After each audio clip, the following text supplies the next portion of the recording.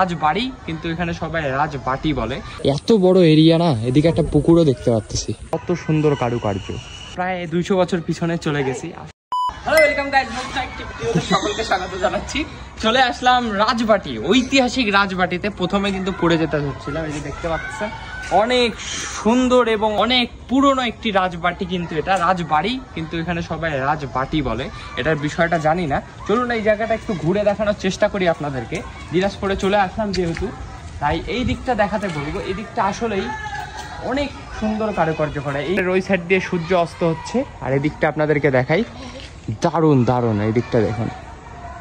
এই জায়গাটা যদি সংস্কার করা যায় অনেক পর্যটক আকর্ষিত হবে। কিন্তু এখনই কত সুন্দর লাগছে দেখুন, আপনাদেরকে দেখাচ্ছি। কিন্তু এইসব জায়গা যদি সুন্দর করা যায়, সব ঠিকঠাক করে এই অগোছালো জায়গাগুলো পরিষ্কার করে একটু সংস্কার করলেই এই জায়গাটা পর্যটনমুখী হয়ে যাবে। মানে পর্যটকরা কিন্তু এখানে আসবে।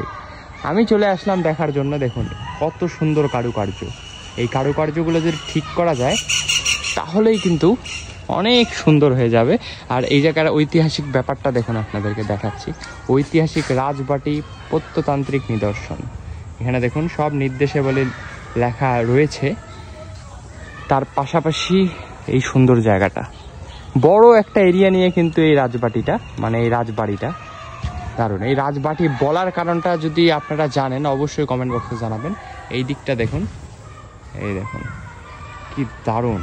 আসলে পুরোনো দিনে যে সুন্দর সুন্দর স্থাপনাগুলো হয়েছে দেখার মতো, এখন কিন্তু এগুলো চোখেই পড়ে না। এখানে আবার দেখুন মানুষ উঠে নাম লিখে রেখেছে, শিমুল। কি বলবো, চলুন ভিতরটা একটু আপনাদেরকে দেখাই।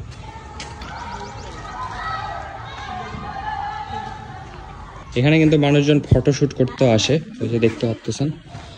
পাশাপাশি ভিতরটা আসলেই অনেক সুন্দর, কিন্তু একদম ভঙ্গুর হয়ে গেছে সব কিছু।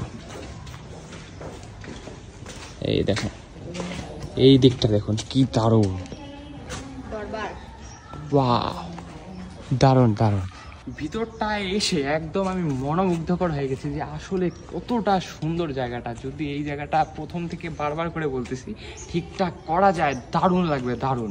আমার এমনিতেই কত সুন্দর লাগতেছে, মনে হচ্ছে যে আমি প্রায় 200 বছর পিছনে চলে গেছি। আসলে অসম্ভব সুন্দর লাগতেছে, দেখার মতো জায়গা, দেখার মতো। আমি উপরে যাওয়ার চেষ্টা করব। আসলে দারুণ লাগতেছে। এই জায়গাটায় কারা কারা আপনারা এসেছেন অবশ্যই কিন্তু কমেন্ট করে জানাতে ভুলবেন না। আমি চলুন আপনাদেরকে আরো সুন্দরভাবে ডিটেলসে দেখাই। জায়গাটা আসলেই অসম্ভব সুন্দর। জায়গাটা আগে বৈঠক হইতো শুনলাম। দেখুন কি সুন্দর নিদর্শন।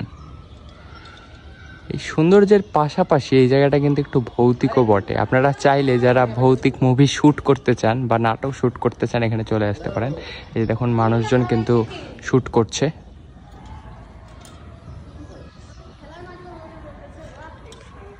উপরের যে ঘরগুলো দেখুন, এই যে এদিকে কিন্তু উপরের ঘর, বেশ কিছু ঘর টর রয়েছে এখানে। আর উপর থেকেও ভিউটা সুন্দর। মানুষজন আসে, আমি ভাবলাম যে মানুষজন মনে হয় আসেই না, তো টুকটাক মানুষজন আসে এখানে। বেশ দারুণ।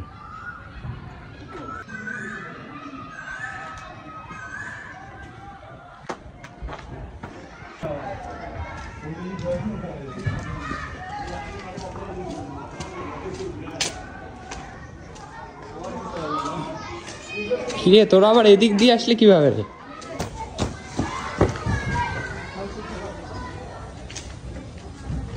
বিশাল বড় এরিয়া, বিশাল বড় এরিয়া।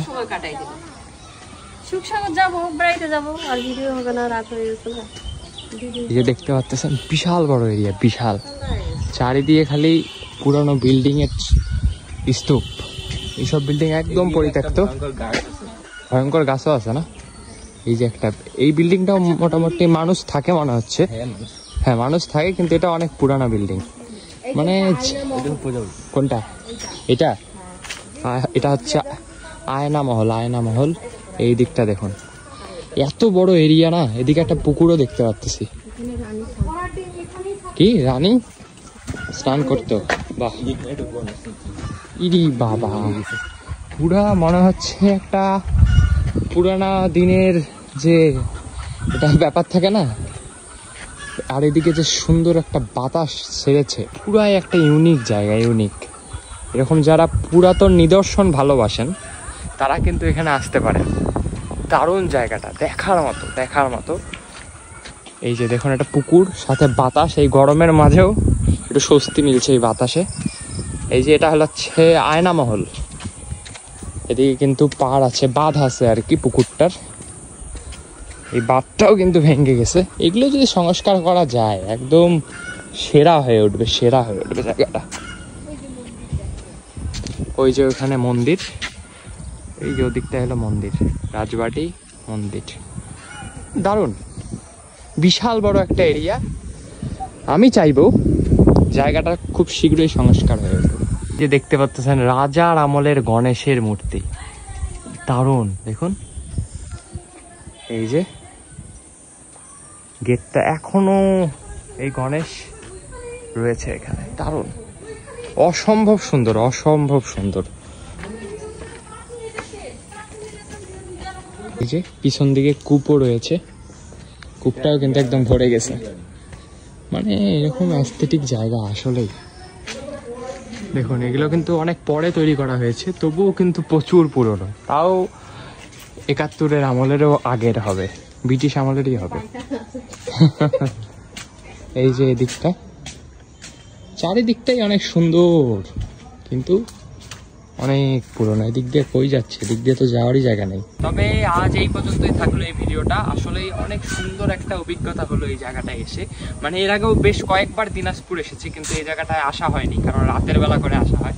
তাই এবার একটু বিকালবেলা সময় পেয়েছি, এই সুন্দর জায়গাটা দেখানোর সৌভাগ্য হলো আপনাদেরকে। সত্যি বলতে এই জায়গাটার সংস্কার আমরা চাই। আপনারা কারা কারা চান অবশ্যই কমেন্ট বক্সে জানাবেন। এই সুন্দর এই বাতাসকে সাক্ষী রেখে আজকের ভিডিওটা শেষ